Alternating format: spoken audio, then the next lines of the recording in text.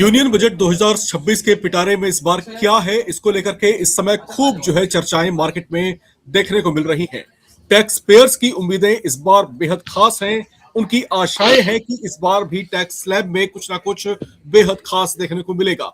हालांकि 2025-26 के बजट में केंद्र सरकार ने बहुत सारे परिवर्तन किए थे, बहुत कुछ बदलाव किए थे, जिससे टैक्स पेयर्स के लबों पर मुस्कान छा गई थी। लेकिन क्या अब की बार भी ऐसा कुछ संभव है? हमारे साथ इन्हीं तमाम मुद्दों पर बातचीत करने के लिए आकाश जिंदल साहब मौजूद हैं। देश के जाने माने इकोनॉमिस्ट हैं। सर, स्वागत है आपका। धन्यवाद। टैक्स पेयर्स की उम्मीदें सर इस बार बहुत ज्यादा उछाल मार रही है। मैं यहाँ पर कहना चाहूंगा कि जो एक हाईएस्ट जो लेवल है, जो अपर लिमिट जो है 24 लाख की, जिसके ऊपर 30% तक का ब्याज एप्लीकेबल होता है, इसमें कुछ एक्सपेक्टेशंस इस बार ऐसी हैं कि इसको बढ़ा करके 24 लाख से 30 लाख का स्लैब किया जाएगा। क्या मौजूदा दौर में इस तरह की चीजें मुमकिन दिख रही है आपको? जी हाँ, बिल्कुल मुमकिन दिखती है। उसके लिए रीजन है, पिछले साल नोबडी एक्सपेक्टेड कि 12 लाख तक इनकम टैक्स फ्री कर दी जाएगी और 12,75,000 तक इनकम टैक्स फ्री कर दी जाएगी। मैं उस दिन 15 शो किए थे जिस दिन बजट आया था। जगह जगह मुझसे पूछा जा रहा था कि जिंदल साहब अब टैक्स कलेक्शन का क्या होगा। मैंने उसी समय कहा था कि इनकम टैक्स कलेक्शन इससे बढ़ेगा, क्योंकि जब भी आप इनकम टैक्स में रिलैक्सेशन देते हैं, होता क्या है, money comes in the hands of people. जब लोगों के हाथ में पैसा आता है तो पैसा जाके बाजार में खर्चते, उससे कंजम्पशन बढ़ती है। एक नई गाड़ी बिकती है, 18,000 लोगों को रोजगार मिलता है।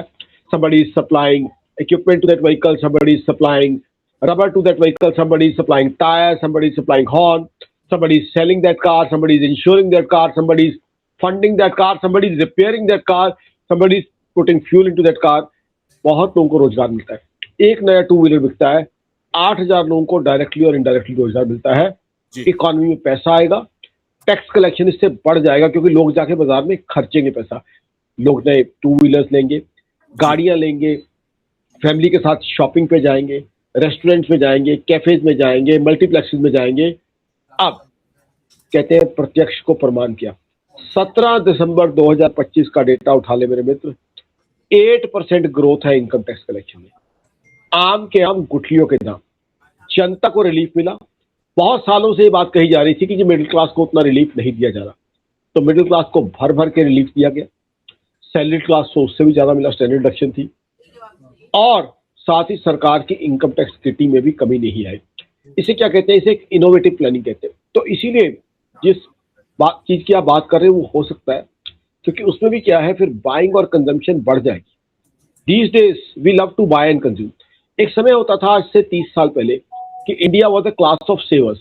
हमसे पिछली जनरेशन की बात कीजिए, लाख रुपया कमाते थे तो उसमें से ज्यादा हिस्सा सेव करके रखा जाता था, खर्चा बहुत कम किया जाता था, रेस्टोरेंट में जाते नहीं थे लोग, जहां से ज्यादा मन किया तो हलवाई की दुकान से समोसे ले आए, नए कपड़े बहुत कम बनाए जाते थे, ट्रैवल आसपास होता था। अब क्या हो गया है, आज देखिए नया मोबाइल लॉन्च होता है 1.25 लाख 1.5 लाख का, किस तरीके से लाइनें लग जाती है। नए ब्रांड की गाड़ी आती है, यूथ में क्यूरियोसिटी देखिए।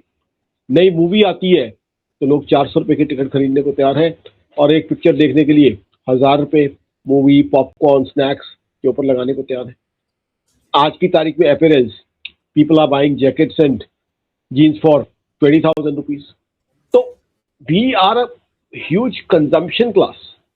तो कंजम्पशन बढ़ जाती है, और कंजम्पशन से रोजगार है, कंजम्पशन से टैक्स जनरेशन है, कंजम्पशन से जीडीपी ग्रोथ है। आज देखिए दुनिया भर में जियोपॉलिटिकल हालात बिगड़े हुए हैं, 8.2% हमारी जीडीपी ग्रोथ है। वो क्यों है? क्योंकि हम बहुत बड़े कंज्यूमर्स हैं। तो इसलिए मेरे हिसाब से अगर ये हो जाता है तो इसका भी फायदा होगा। बिल्कुल, और सरकार यहाँ पर लगातार प्रोत्साहित भी कर रही है कि आप ज्यादा कमाएं और ज्यादा खर्च भी करें। और जैसा कि अभी आकाश जिंदल साहब ने बताया भी है कि पिछले 2 दशक में क्या कुछ तरह के बदलाव आए हैं। देश की आम जनता जो पहले सेवर्स के तौर पर जानी जाती थी, अब खुल करके जी खोल करके खर्च करती है। तो ऐसी स्थिति में जबकि महंगाई भी लगातार बढ़ती जा रही है, हम देख रहे हैं, लेकिन साथ ही साथ जीडीपी में जिस तरह का उछाल भी हाल ही में आया है, तो ये भी एक कहीं ना कहीं हमारी अर्थव्यवस्था में लोगों की बढ़ती आस्था और जिस तरीके से जो इकोनॉमिक ग्रोथ हो रही है देश की, वो भी कहीं ना कहीं इससे इंडिकेट हो रही है। दूसरी महत्वपूर्ण बात यह कि जो अपर मिडिल क्लास लोग जो हैं, और खासतौर से मध्यम आकार के जो बिजनेस ग्रुप्स हैं उनकी खास तौर से इस बार डिमांड ये है कि इनकम टैक्स का जो अपर स्लैब है उसका दायरा बढ़ा करके 24 लाख से 30 लाख कर दिया जाए, जिसमें 30% तक का जो है टैक्स रेट इस समय जो है लग रहा है। तो यहाँ पर आकाश साहब ने साफ तौर से यही कहा कि इसमें बदलाव संभव है। लेकिन सर अभी जो स्थितियां दिखाई दे रही हैं, माना कि लोग अभी ज्यादा कमा रहे हैं, ज्यादा खर्च कर रहे हैं, लेकिन क्या यहाँ पर सरकार के सामने तमाम हालात जिस तरह के दिखाई दे रहे हैं, क्योंकि अभी हम इंटरनेशनल मार्केट में जिस तरह की फ्लक्चुएशंस है, जिस तरह के चैलेंजेस गवर्नमेंट फेस कर रही है, तो उसको भी हम दरकिनार नहीं कर सकते। तो आपको लगता है कि इस तरह की कंडीशंस में सरकार ऐसा फैसला ले पाने की स्थिति में है? आपके प्रश्न में ही मेरे दोस्त आपका जवाब छुपा हुआ है। इंटरनेशनल हालात अच्छे नहीं है। Geopolitical scenario as you have rightly said, आपने बड़ा सही मेंशन किया, बहुत बिगड़े हुए हैं। रशिया यूक्रेन वॉर इंटेंस होती जा रही है। उससे पहले साल के शुरू के हिस्से में आपने इजराइल का इशू देखा, चाइना ताइवान का इशू भी गरमा सकता है। और सबसे बड़ा, जिसकी तरफ आप बड़ी खूबसूरती से इशारा कर रहे हैं, सब जानते हैं, यूएस वेनेजुएला। यूएस वेनेजुएला में जो हुआ है वो अप्रत्याशित था, अनप्रेसिडेंटेड था। इसका मतलब क्या है? जियोपॉलिटिकल सिनेरियो बिगड़ रहा है, ग्लोबल इकोनॉमी स्लो डाउन है। तो ऐसे में तो डोमेस्टिक कंजम्पशन और ज्यादा इंपॉर्टेंट हो जाती है। जब ग्लोबल इकोनॉमी स्लो डाउन का शिकार है तो आप किस पे रिलाई करोगे? डोमेस्टिक कंजम्पशन पे, डोमेस्टिक मार्केट्स पे। तो ऐसे में डोमेस्टिक इकोनॉमी को मोटिवेट करने के लिए टैक्स कट से बढ़िया जरिया क्या है? मैंने आपको एक एग्जांपल दी, दूसरा एग्जांपल आपको देता हूँ, जीएसटी कट्स। 23 सितंबर 2025, आपको भी याद है, दर्शकों को भी याद है, आप तो खुद एक नॉलेजेबल जर्नलिस्ट हैं। वो दिन था जब जीएसटी के 2 स्लैब्स खत्म किए गए थे, इफेक्टिव हुए थे, नवरात्र की शुरुआत हुई थी। अगेन वही प्रश्न लोग पूछ रहे थे मुझसे, जिंदल साहब अब जीएसटी कलेक्शन का क्या होगा? देश के विकास के लिए जो पैसा आता है वो कहां से आएगा? अभी आप देखिए दिसंबर 2025 का डेटा, जीएसटी कलेक्शन 6.1% बढ़ा है, क्योंकि लोगों ने दबा के कंजम्पशन की, दबा के बाइंग की।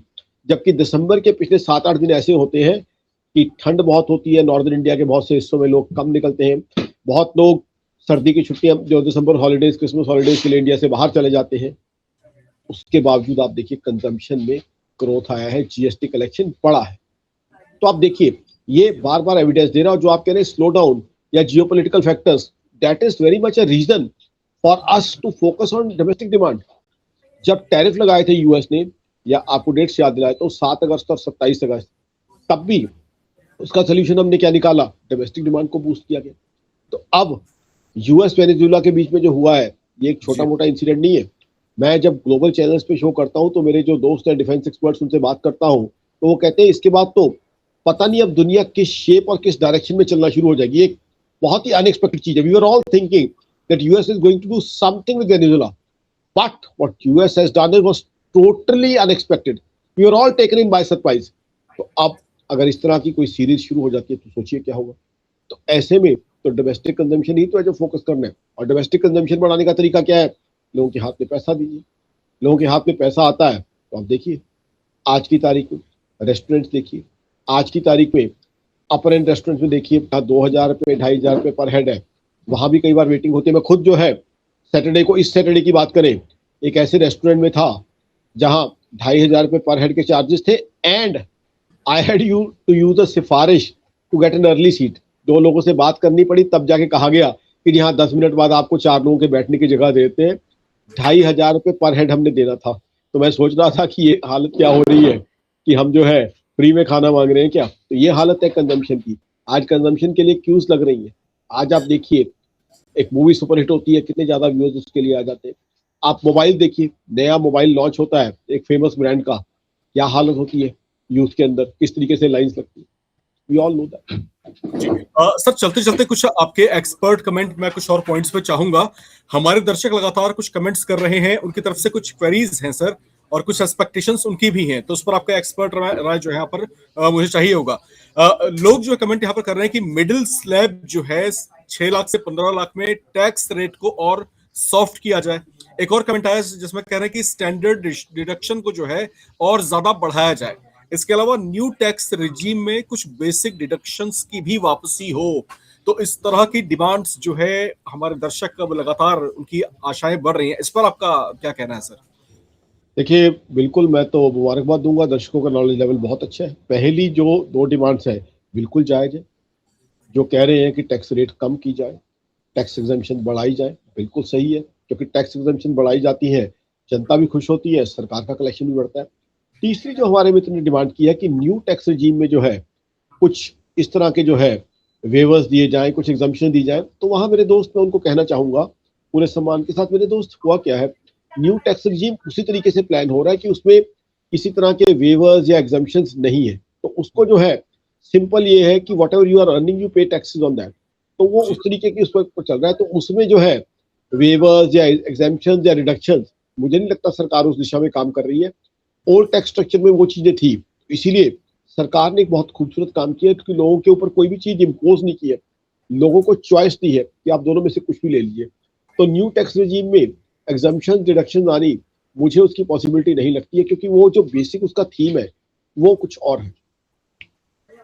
बिल्कुल। और यूनियन बजट जो है 2026 1 फरवरी को जो है केंद्रीय वित्त मंत्री निर्मला सीतारमण रखेंगी। उससे पहले तमाम चर्चाएं इस समय जबरदस्त तरीके से जोर पकड़ती हुई दिखाई दे रही हैं।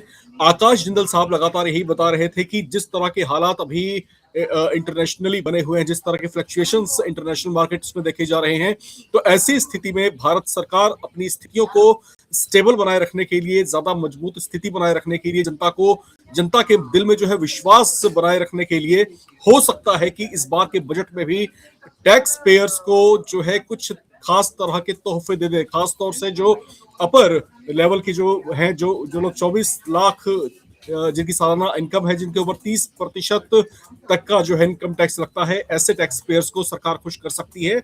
ऐसी कंडीशंस को नकारा नहीं जा सकता, ऐसा ही कहना है आकाश जिंदल साहब का।